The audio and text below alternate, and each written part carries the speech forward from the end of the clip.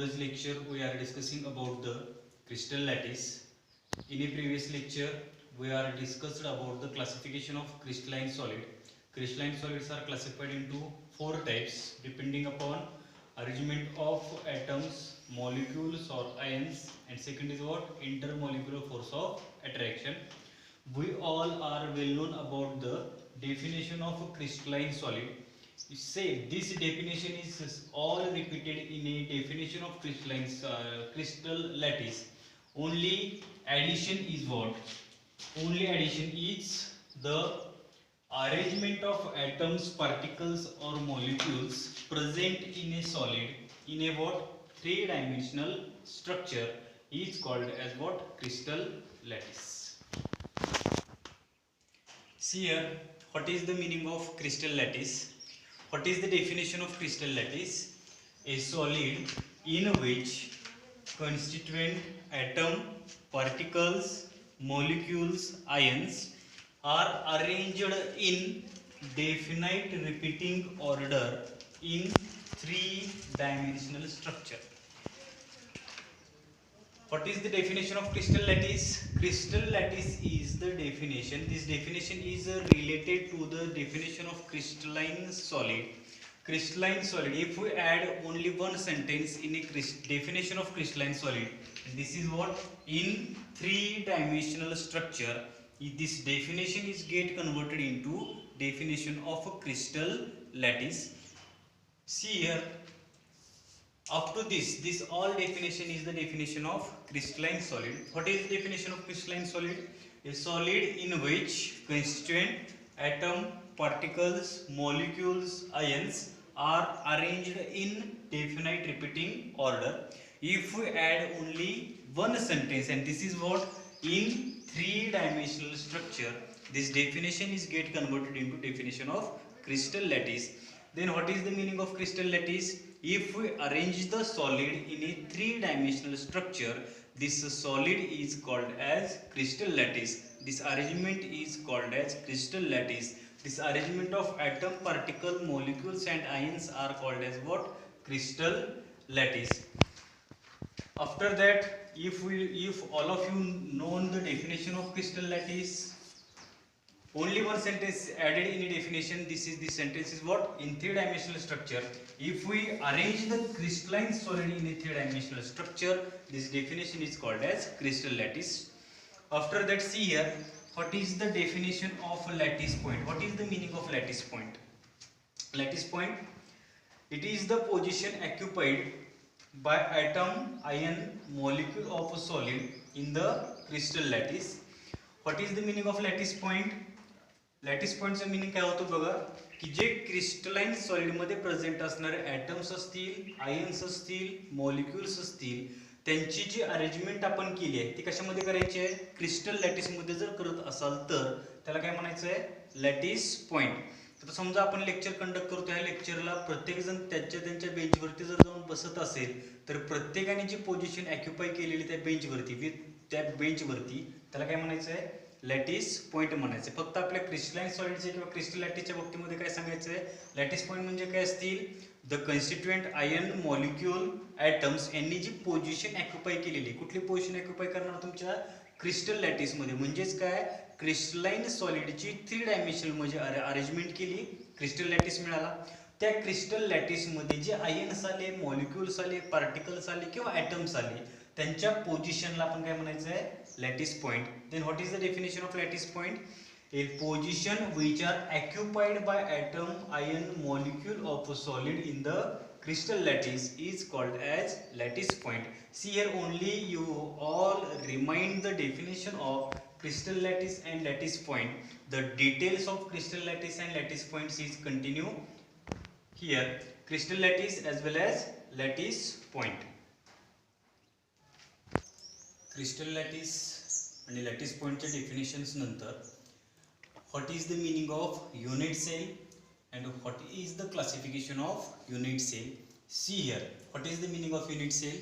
Unit cell, it is the smallest repeating unit present in a crystal lattice is called as unit cell.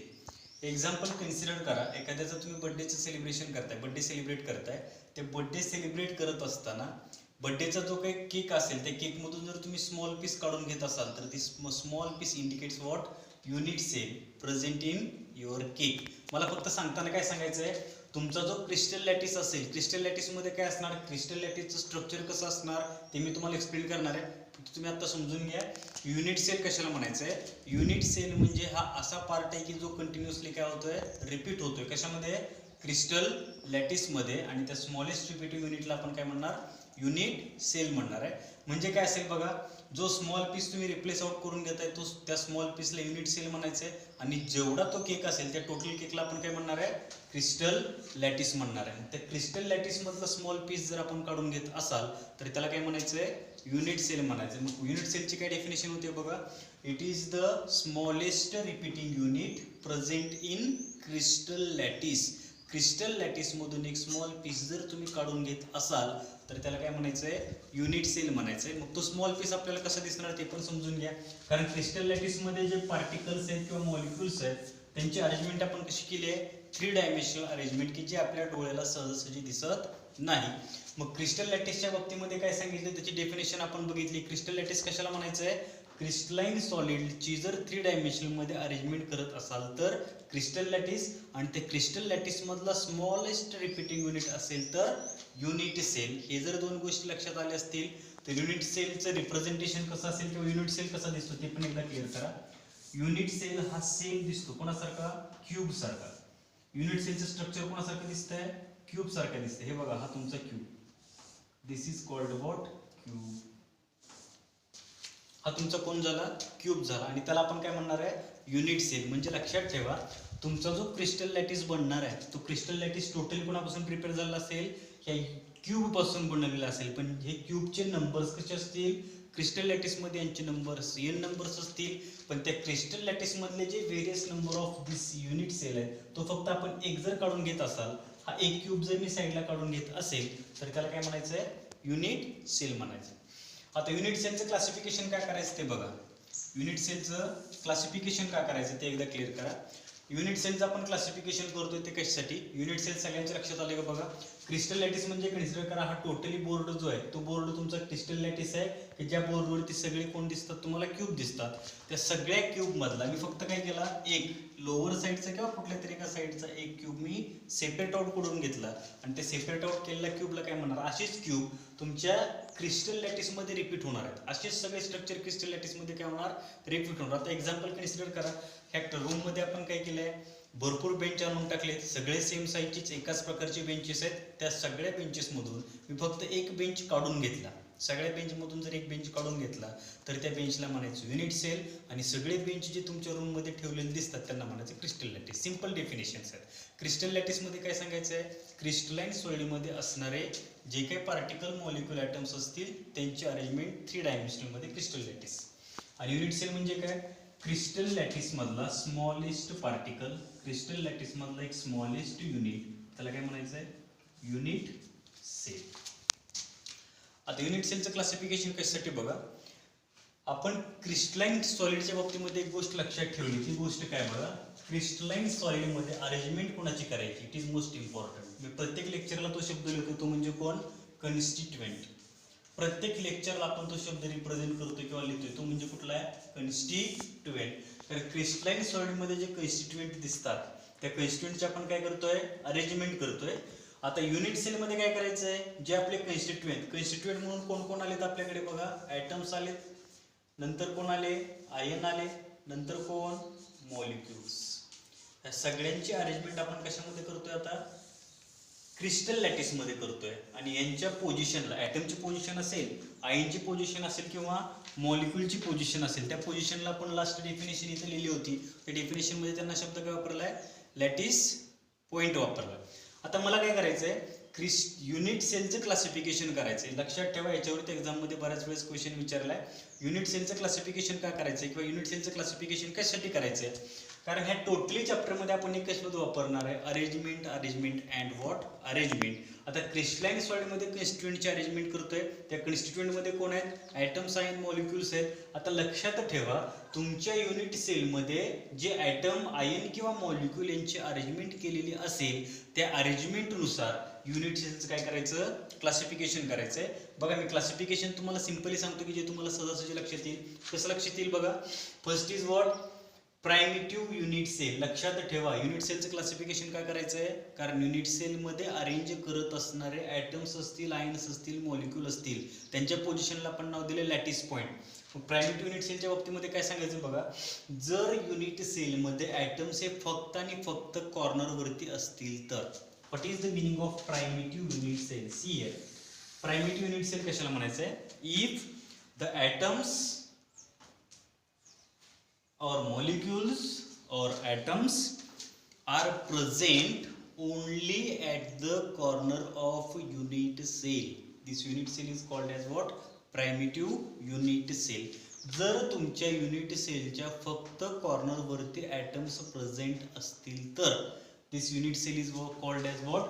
Primitive unit cell. See here, these are the corner 1 2 3 4 5 6 7 and 8.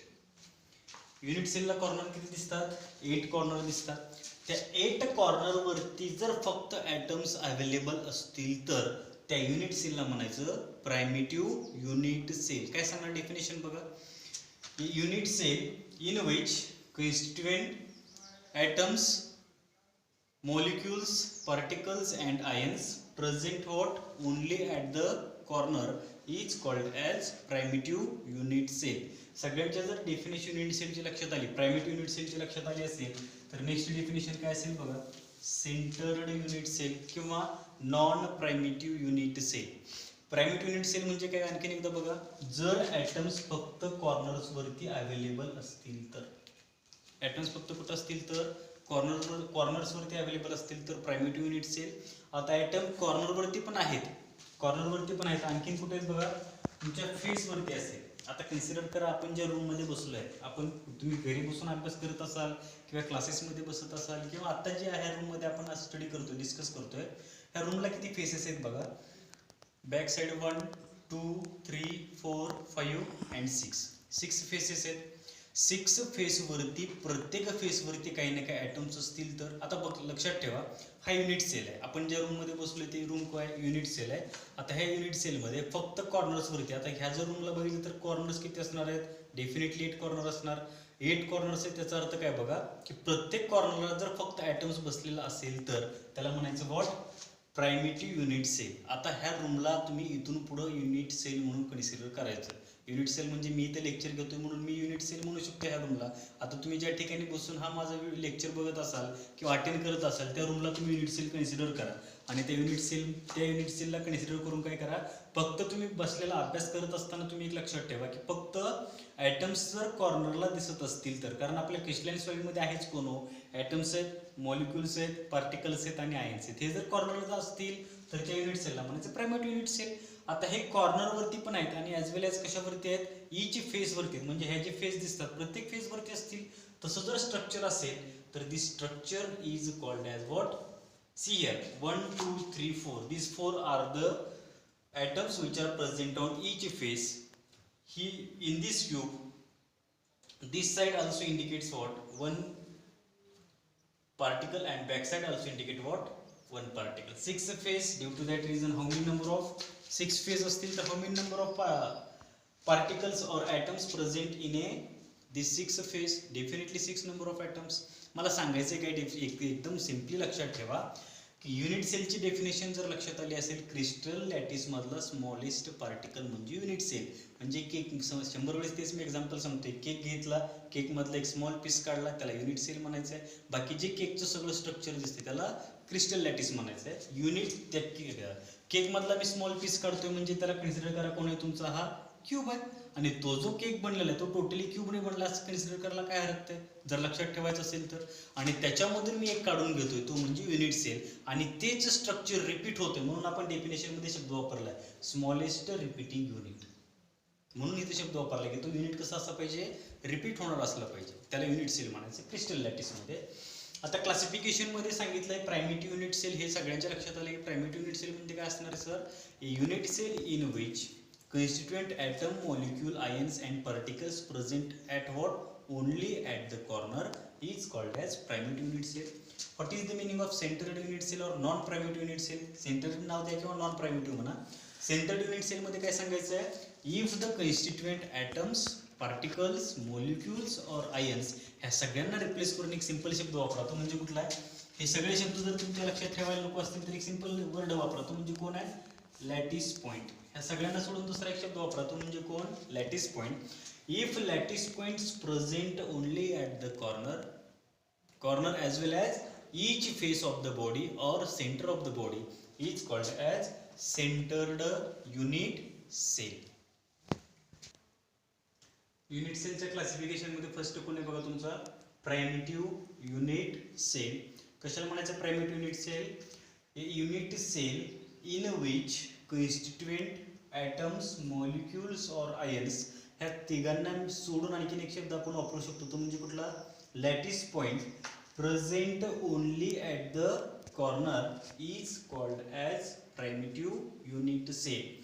प्रायमेटिव्ह unit सेलचं definition बघा काय की तुमचा जो unit cell आहे त्या unit सेलच्या फक्त कॉर्नर्सवरती ॲटम्स असतील तर प्रायमेटिव्ह युनिट सेल. फक्त कॉर्नरवरती असेल तर काय म्हणायचं primitive unit cell.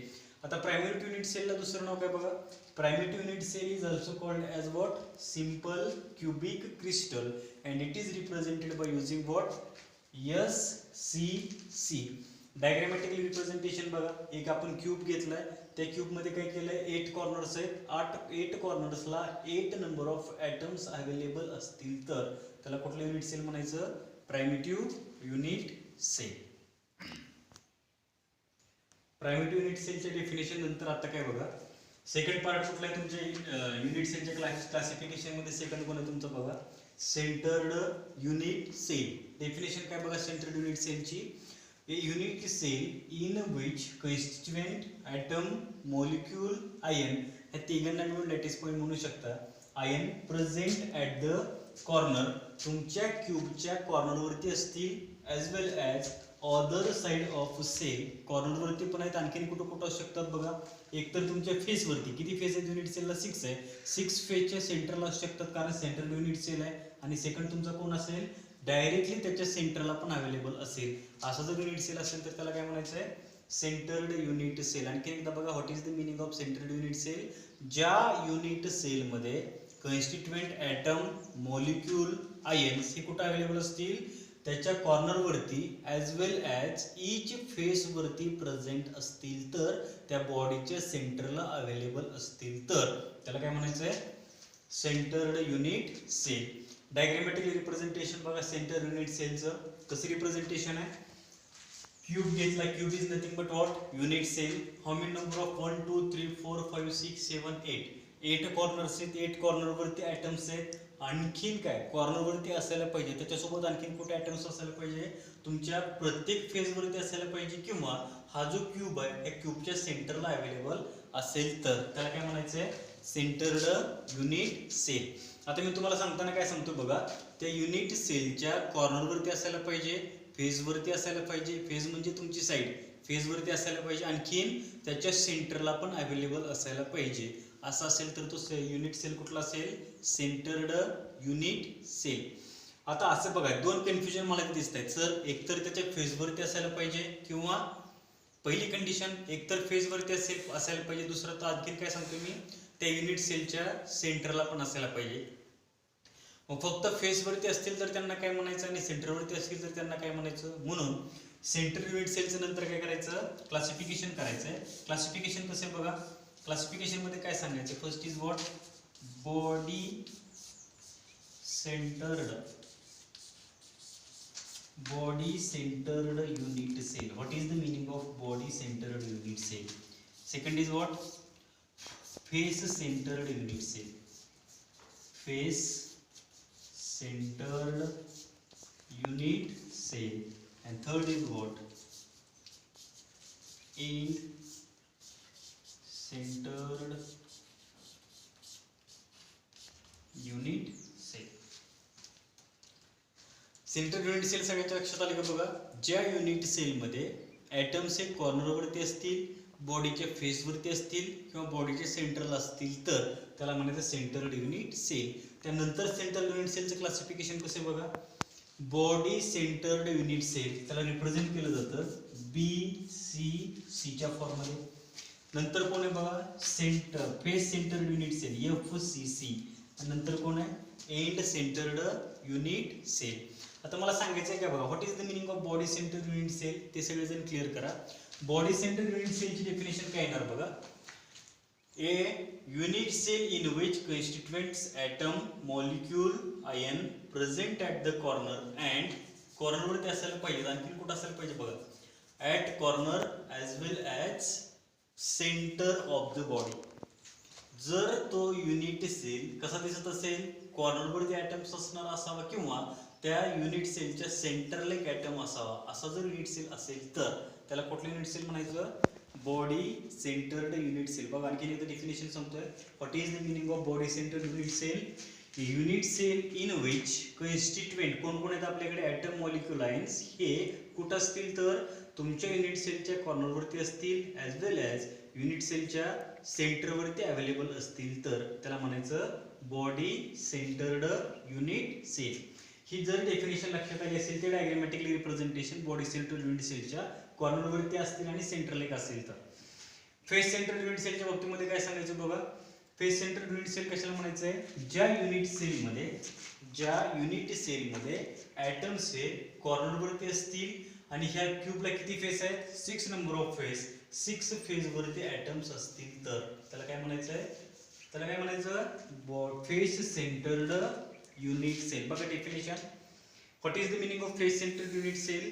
A unit cell in which constituent molecules, atoms or ions present at the corner as well as each face of the body is called as face centered unit cell. This is what diagrammatically representation of face centered unit cell.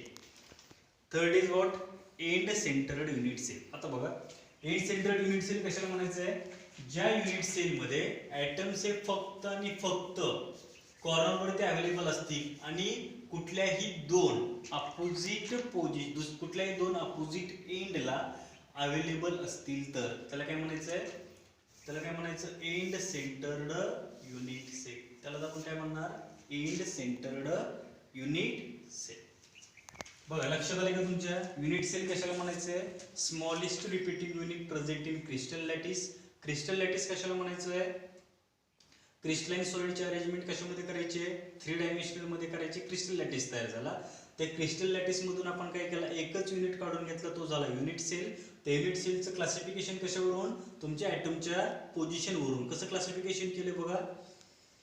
प्रायमेटिव्ह आणि centred. प्रायमेटिव्ह कशाला म्हणायचं आहे फक्त कॉर्नरवरती available असतील तर. आणि centred unit cell कशाला म्हणायचं आहे कॉर्नरवरती असतील ॲज वेल ॲज प्रत्येक फेजवरती असतील किंवा प्रत्येक फेजवरती ॲज वेल ॲज त्या युनिट सेलच्या सेंटरला असतील तर त्याला आपण काय म्हणायचं बॉडी त्याला युनिट सेलचं क्लासिफिकेशन मध्ये centered unit cell. Centered unit सेलचं क्लासिफिकेशन कसं केलं बघा. बॉडी सेंटर्ड फेस सेंटर्ड आणि एंड सेंटर्ड. हे कंटिन्युअसली रिपीट होणारे नाव आहेत. आपोआप लक्षात येतील. आता फक्त लक्षात ठेवा बॉडी सेंटर्ड युनिट सेलमध्ये काय लक्षात ठेवायचं आहे ॲटम्स हे प्रत्येक फेजवरती तुमच्या युनिट सेलच्या प्रत्येक कॉर्नरवरती असतील आणि युनिट सेलच्या सेंटरवरती अवेलेबल असतील तर. तुम्ही एखाद्या हॉलमध्ये बसला असेल तर त्या हॉलच्या सेंटरला फॅन लावलेला असतो. असं जर स्ट्रक्चर दिसत असेल तर body centered unit cell. Face सेंटर्डमध्ये काय फेस सेंटर्ड युनिट सेलमध्ये काय सांगायचं आहे की युनिट सेलच्या प्रत्येक कॉर्नरवरती ॲटम्स असतील आणि प्रत्येक फेजवरती ॲटम्स असतील तर फेस सेंटर्ड युनिट सेल. आणि एंड सेंटर्ड युनिट सेलमध्ये काय सांगायचं आहे कुठलेही दोन अपोजिट साईडचे एंड घ्या. एकतर हे दोन घ्या किंवा हे दोन घ्या किंवा हे दोन घ्या. ह्या दोन एंडच्या असणाऱ्या साईडवरती जर ॲटम्स अवेलेबल असतील तर end centered unit cell. Thank you.